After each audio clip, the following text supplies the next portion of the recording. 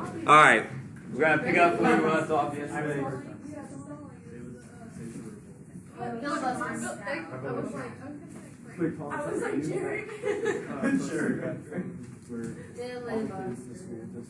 Yeah, if you want to like make your sweater in the blood of the enemies of the state. Exactly. Alright, we were in the middle of Napoleon going to Russia. So he said Napoleon gets drawn deeply into Russia with the Russians retreating constantly, doing the scorched earth policy, drawing them in deeper and deeper. But it's all very intentional. And that's. I said you got to Moscow. Yeah, we got to Moscow, and that's where we left off.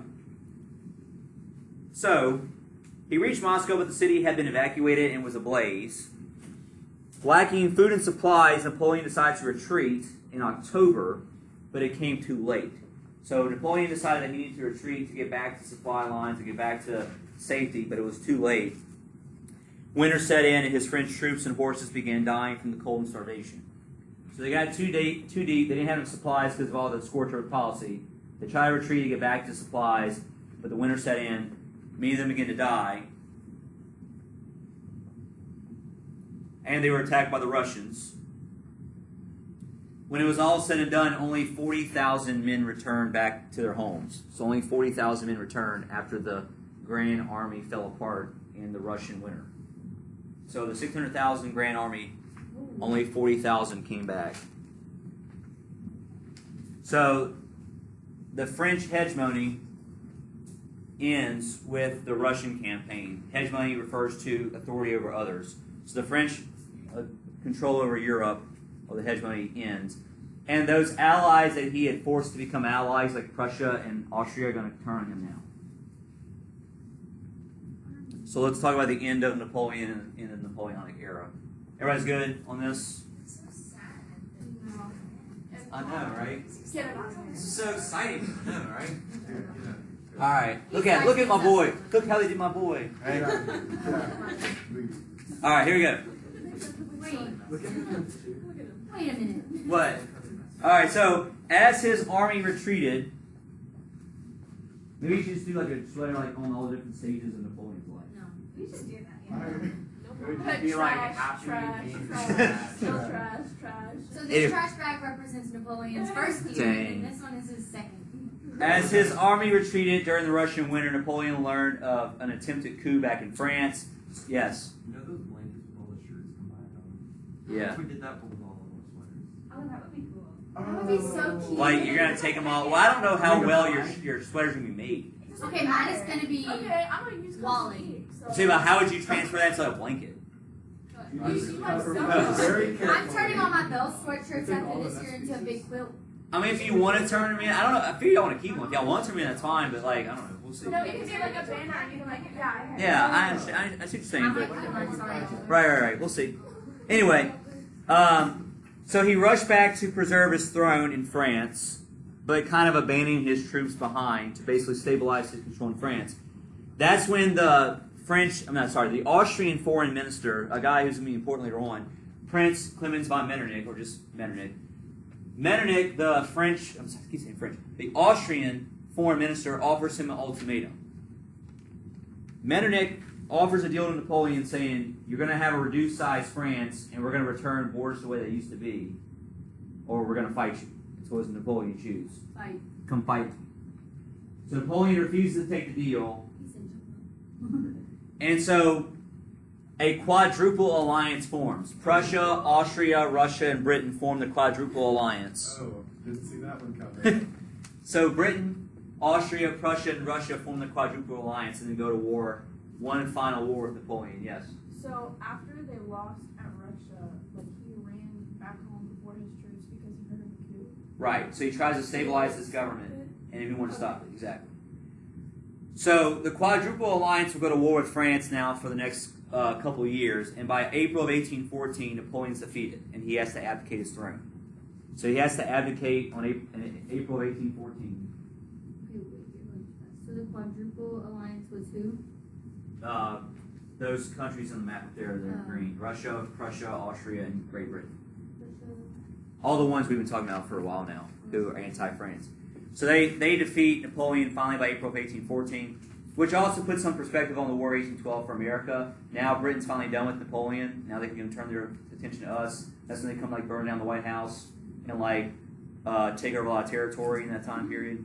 So Napoleon loses and has to give up his throne. Right.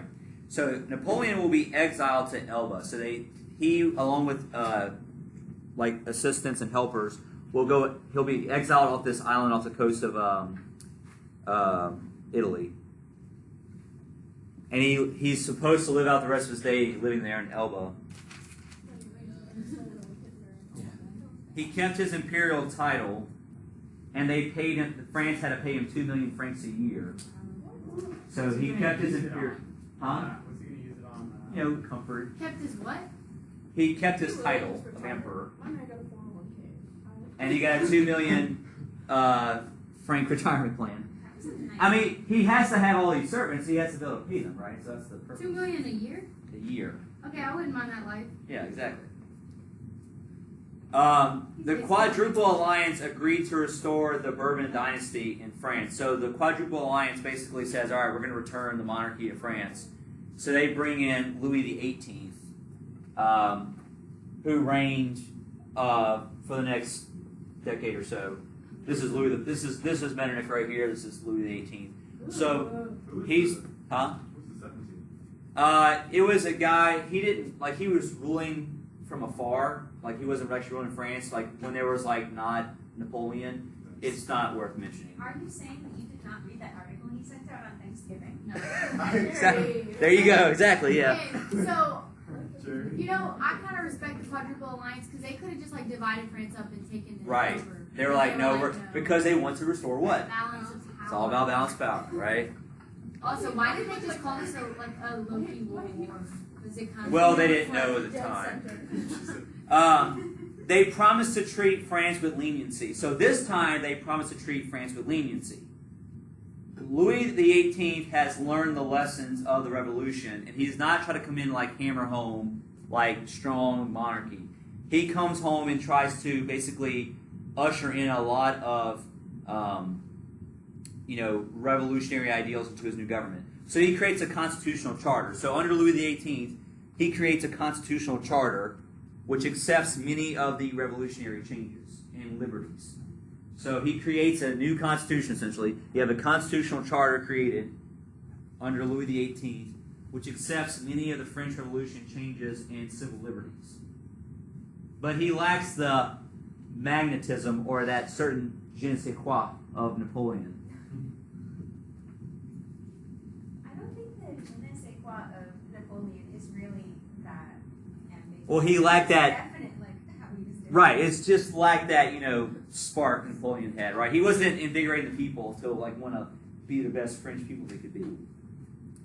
So, hearing of political unrest in France under Louis XVIII, and that it was kind of uncertain and people were kind of growing tired of the new king, Napoleon decides to escape from Elba, and he returns to France in February of 1815. So your boy lands in southern France, and he basically gathers followers as he makes his way to Paris. So as he travels into Paris, he gathers support and followers where they begin to turn back to the emperor again.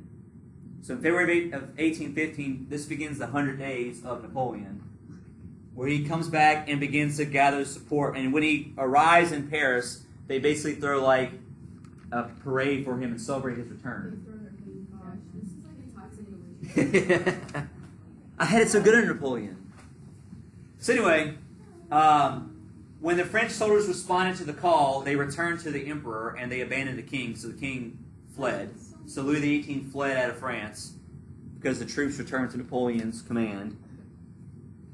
But the Quadruple Alliance was like, no, we're not doing this again. So the Quadruple Alliance basically reforms and coming into France now and saying, hey, you're not doing this. And so Napoleon ends up fighting against the Quadruple Alliance again in June of 1815 at the Battle of Waterloo, where he's finally for the last time defeated. So he fights the Battle of Waterloo with President of Belgium against the Quadruple Alliance. What did Belgium have to do with any of this? Well, that's just Belgium gets ruined by little They didn't do anything. They're just minding their own Or they're business. fighting in Belgium. Doesn't mean that they're fighting with Belgium. I They're know, fighting but still, in you're Belgium. taking up their space like you're Right. messing with the people. Well, I want to fight on my property. Fight on your property. Anyways. So, like, famously, like the Duke of Wellington from Britain led this defeat against the Napoleon. So Napoleon is finally defeated and exiled again. Now he'll be exiled to the island of St. Helena, but not so much a charmed life as once before. Do we have to know the names of the islands? I don't believe. Why would you want to? Why don't you want to know about it? Would you rather learn about farming more or about the islands he was Oh. exiled to? How about the farming? What if we had to make a sweater about last week? Oh my That would be so This is terrible. This is a Hebrew. All right. So anyway, This is St. Helena was where he exiled, and he doesn't have as nice as treatment. Yes. Instead of learning about the farming and the islands where he goes, you can learn how to knit so we can all knit our sweaters. Yes. There you go. A practical skill. Yeah. Sorry. And then all of them in uniform and the quilt. Or But the name of the word is still Wait, wait, history, wait. so We sorry. Can, we can go to fact. No. What we can do is we can make the classroom into a cottage industry, and we can do a Okay. system. We're going to start.